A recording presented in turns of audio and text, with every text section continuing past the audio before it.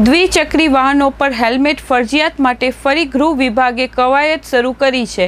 શહેરી વિસ્તારોમાં અને હાઈવે પર હેલ્મેટ માટે કડક અમલીકરણ માટે સૂચના આપવામાં આવી છે। ટ્રાફિક જવાનોને સાથે રાખી ડ્રાઈવ તથા સીસીટીવીના માધ્યમનો ઉપયોગ કરવા પણ કડક સૂચના આપવામાં આવી છે।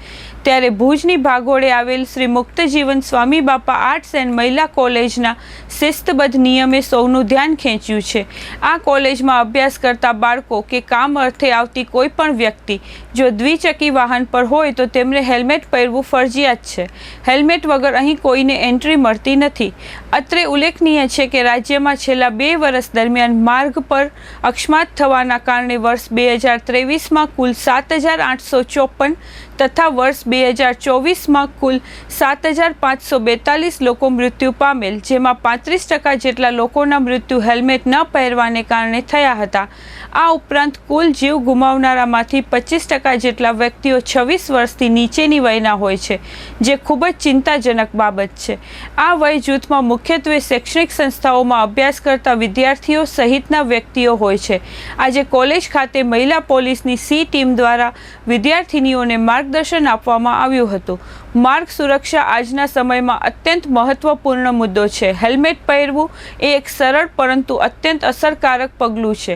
હેલ્મેટનો ઉપયોગ કરવાથી માથાના ભાગે ઘાતક ઈજાના જોખમને ઘટાડી શકાય છે, જે ગંભીર ઈજાઓને રોકી શકવામાં મદદરૂપ થાય છે અને જીવ બચાવવામાં મહત્વનો ભાગ ભજવે છે, તેવું કોલેજના આચાર્ય હિનાબેન ગંગરે ચંચળ ન્યૂઝ સાથે વાત કરતા જણાવ્યું હતું।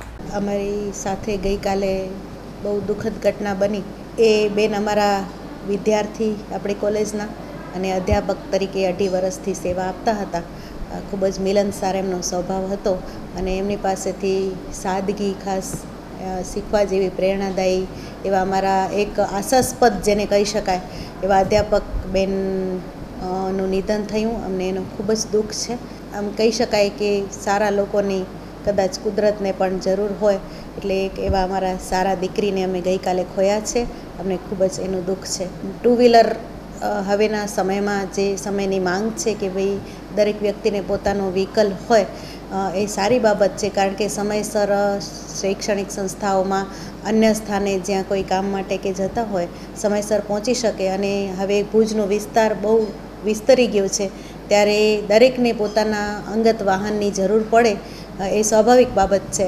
પણ અમે ખાસ કરીને દરેક, હું તો એમ કહું છું કે વિશ્વભરના લોકોને એ કહીશ કે જો આપણે 2 વ્હીલર વાપરીએ છીએ તો 2 વ્હીલર પર હેલ્મેટ એટલા માટે પહેરવું ફરજિયાત છે કે આપણો મસ્તિષ્કનો ભાગ એવો છે કે મસ્તકમાં જો અંદર વાગી જાય તો, અને ચેસ્ટ 2 આપણા શરીરના એવા ભાગ છે કે એનામાં બચવું બહુ મુશ્કેલ થઈ જાય છે।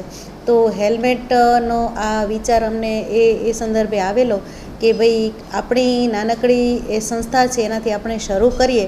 અમને ઘણા બધા વિઘ્નો આવે છે, સ્વાભાવિક રીતે આપણે સમજી શકીએ કે દરેક વ્યક્તિ પાસે હેલ્મેટ ન હોય, ઘરમાં 2-3 ગાડી હોય। અમને એવા પણ પ્રશ્નો આવ્યા છે કે તો શું 2-3 હેલ્મેટ લઈએ? પણ હું હાથ જોડી અને નમ્ર વિનંતી કરું છું કે કદાચ આપણે હેલ્મેટ ખરીદીશું તો 500, 1000, 2000, 5000નું હશે, પણ વ્યક્તિ જો ચાલ્યો જશે તો એનો કોઈ ઓપ્શન નથી। તો હું એ માટે અમે ખાસ નિયમ કર્યો છે અને એ નિયમનું પાલન કરવા માટે અમે બધા એકદમ સતર્ક છીએ। અને અમને માનનીય એસપી સાહેબનો પણ એમાં સહકાર છે, આરટીઓ સાહેબનો પણ સહકાર છે, છતાં પણ યુવા વર્ગ આને હજી સ્વીકારી શકતો નથી। તો હું આપના માધ્યમથી એટલું કહીશ કે યુવા વર્ગને આપ ખાસ જાગૃત કરીને કહો કે હેલ્મેટ બાબતે વાલીઓ પણ જાગૃત થાય, લોકો પણ જાગૃત થાય, અને ખાસ કરીને યુવા વર્ગ આ બાબતે સતર્ક રહે તો આપણે જાનહાનિ બચાવી શકીશું। આ મારો ખાસ સંદેશ છે અને ખાસ બધાને નમ્ર વિનંતી છે।